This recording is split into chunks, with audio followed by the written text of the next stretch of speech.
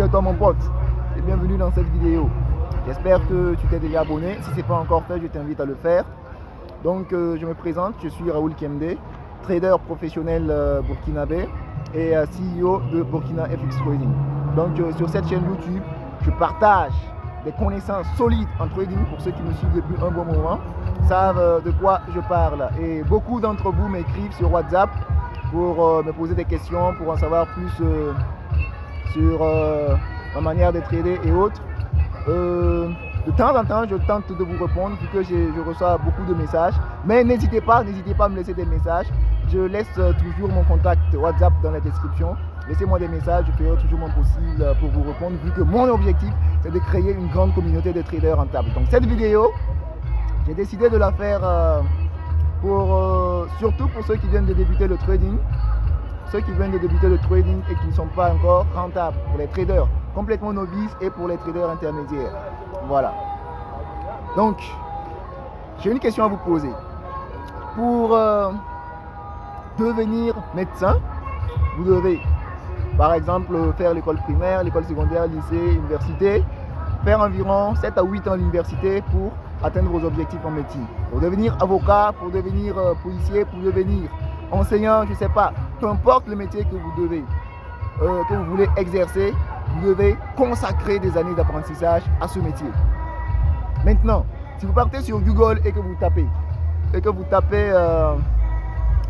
métier le plus rentable au monde, le premier résultat qui va s'afficher, c'est trading. Maintenant, la question que je vous pose est la suivante. Pour faire les autres métiers, vous consacrez des années d'apprentissage. Maintenant, quand il s'agit d'exercer le métier le plus rentable au monde, vous voulez simplement accorder 3 mois, 2 semaines, 1 mois pour devenir rentable en trading. Ce qui fait que beaucoup, quand ils se lancent dans le trading, quand ils font 1 mois, 2 mois, 3 mois et qu'ils ne voient pas les résultats, ils abandonnent. Comment voulez-vous exercer le métier le plus rentable au monde et consacrer seulement 3 mois?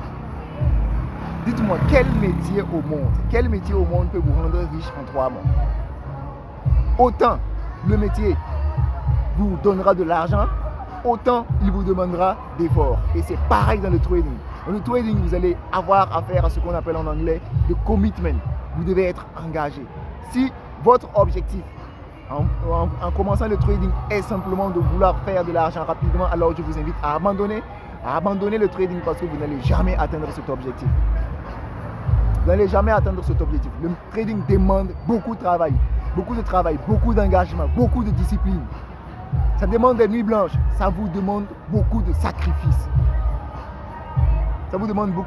Comment voulez-vous que les graphiques vous donnent de l'argent si vous n'êtes pas engagé, si vous ne croyez pas aux graphiques, si vous n'êtes pas engagé aux graphiques?